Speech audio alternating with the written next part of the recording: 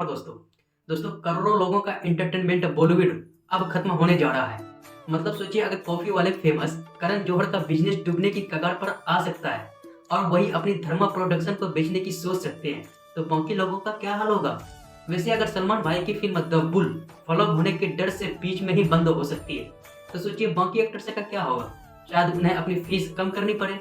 जैसे रणवीर सिंह ने 40 करोड़ से लेकर आ गया 30 करोड़ पर, वही शाहिद कपूर ने 40 से 25 करोड़, वरुण धवन ने 30 से 20, कीर्ति सेनन ने 8 से 5 और जानवी कपूर ने 5 से 3 करोड़ कर दिए हैं।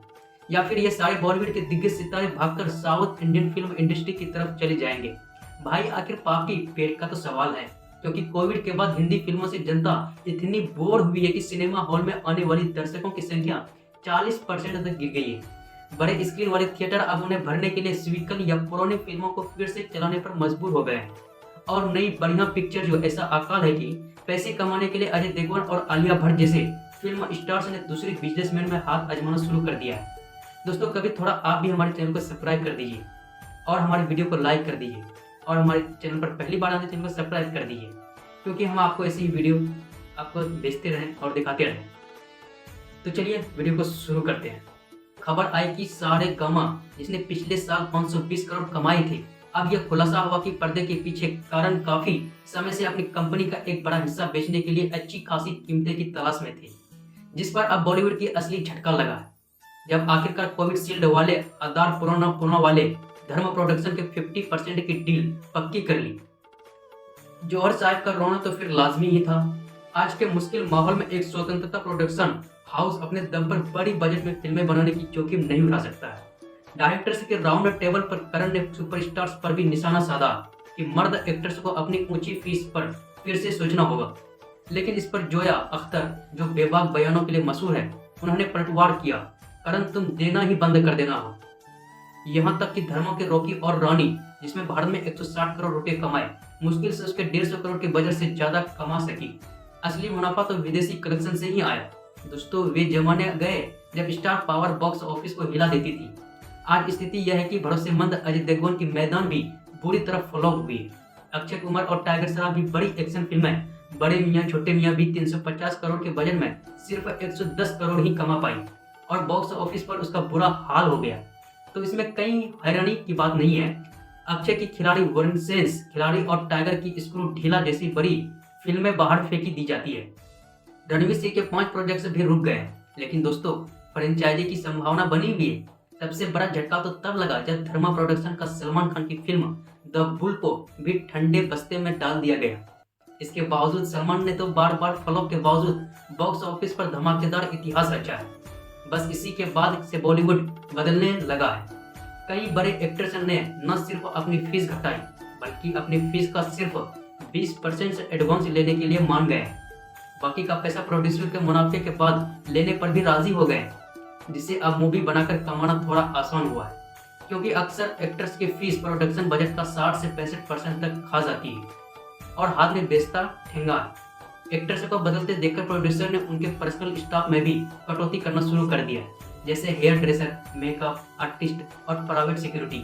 अब उनकी हर बचकानी मांग को पूरा करना भी बंद कर दिया गया है, क्योंकि कुछ अकरू एक्टर्स तो धूप या मिट्टी में शूटिंग के बाद अपने डॉक्टर्स के बिल भी प्रोडक्टर्स में खाते में डाल देते हैं। एक एक्टर जिसका नाम नहीं लेंगे तो सेट पर शोर मचाते हुए बूम बॉक्स लाते थे। इसकी परवाह के लिए बिना दूसरे परेशान हो सकते हैं। क्या करूं भाई, सीन का मूड सेट करना जरूरी होता है। पर अब कोई एक्टर अपनी पर्सनल वेनिटी वैन को भारत के किसी भी कोने में शूटिंग पर ले जाना चाहता है तो उसके पैसे खुद देने पड़ेंगे, क्योंकि इन सब खास फरमाइशों की वजह से एक दिन की शूटिंग का खर्च तकरीबन 20 लाख तक पहुंच जाता है, जिसमें पर्सनल स्पॉट बॉय, इसमें ट्रेनर, सिक्योरिटी स्टाफ वगैरह का खर्चा शामिल होता है। प्रोड्यूसर अब प्री प्रोडक्शन को और सटीक बना रहे हैं और स्क्रिप्ट लॉक होने के बाद उसमें बदलाव या शूटिंग के लिए एक्स्ट्रा दिनों की मांग को नकार रहे हैं। यहाँ AI का आना बिल्कुल सही समय पर हुआ है, क्योंकि वो प्रोड्यूसर को समय और खर्च बचाने में मदद कर रहा है, जैसे story boarding, set design, costume, dubbing, सब टाइटलिंग, एनिमेशन और स्पेशल इफेक्ट्स में AI का इस्तेमाल बढ़ रहा है। बॉलीवुड में फिल्मों के ऑफर सूख जाने के बाद अब टॉप हिंदी फिल्म स्टार्स जैसे अमिताभ बच्चन, सैफ अली खान, अजय देवगन और संजय दत्त सभी तेलुगु और तमिल फिल्म इंडस्ट्री में छोटे मोटे किरदार निभाने की तरफ निकल चुके हैं। वहाँ के सिर्फ 10 से 15 दिनों की शूटिंग के लिए रोजाना फीस चार्ज कर रहे हैं। इस वजह से साउथ की फिल्में प्रॉफिटेबल हो रही है और नॉर्थ इंडियन हिंदी भाषा दर्शकों तक पहुंच रही है। साउथ फिल्मों का फाइनेंशियल मॉडल बेहतर है, उनकी मुख्य ऑडियंस उनके राज्य और आसपास के दक्षिणी राज्यों में होती है और हिंदी बॉक्स ऑफिस उनके लिए बोनस साबित होता है।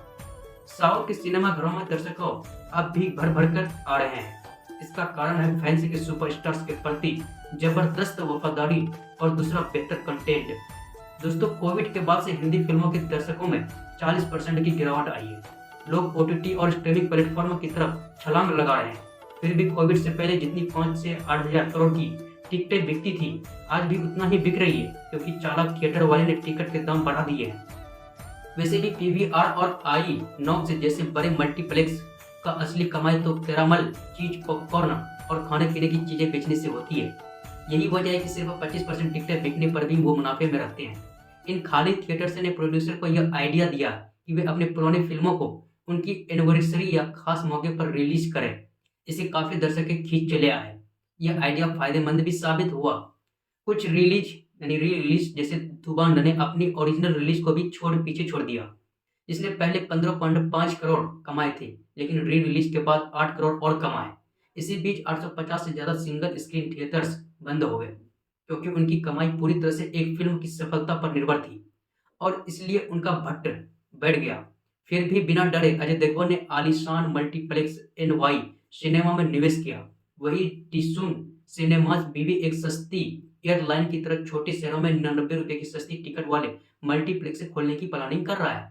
इसी बीच प्रोडक्शन हाउस जैसे कि यशराज फिल्म, AI टेक्नोलॉजी और फाइनेंसी के नए मॉडल पर जोर दे रहे हैं। प्रोड्यूसर अब कह रहे हैं कि अगर OTT और इंटरनेशनल स्ट्रीमिंग डील से फिल्म का बजट कवर हो जाता है तो बॉक्स ऑफिस का फायदा बोनस की तरह होगा, लेकिन इसके लिए फिल्म का कंटेंट मजबूत होना जरूरी है। बॉलीवुड का एक और प्रॉब्लम है स्क्रिप्ट। वे अब तक पुराने फॉर्मूले पर अटके हुए हैं। दर्शकों का कहना है कि अगर कंटेंट साउथ इंडियन फिल्मों जैसा ना हुआ तो वो पैसा नहीं लगाएंगे। हालांकि आज के समय में बॉलीवुड ये सीख रहा है कि अब वो सिर्फ स्टार पावर से काम नहीं चलेगा, कंटेंट ही असली बादशाह है। दोस्तों, आने वाले समय में बॉलीवुड को बदलते दौर के साथ बदलना होगा। अब सिर्फ बड़े बजट, बड़े नाम और बड़े पोस्टरों से फिल्में हिट नहीं होगी। ऑडियंस अब हर प्लेटफॉर्म पर कंटेंट का राजा बनने की तरफ देख रही है। तो यह कहानी यही खत्म होती है, लेकिन यह भी एक नई शुरुआत है। आइए देखते हैं कि बॉलीवुड इस बदलाव से किस तरह अपनी पहचान और अपना मुकाम फिर से हासिल कर सकता है। तब तक सब्सक्राइब कीजिए, लाइक कीजिए और कमेंट कीजिए। मिलते हैं किसी नई वीडियो में। तब तक के लिए जय हिंद, जय भारत।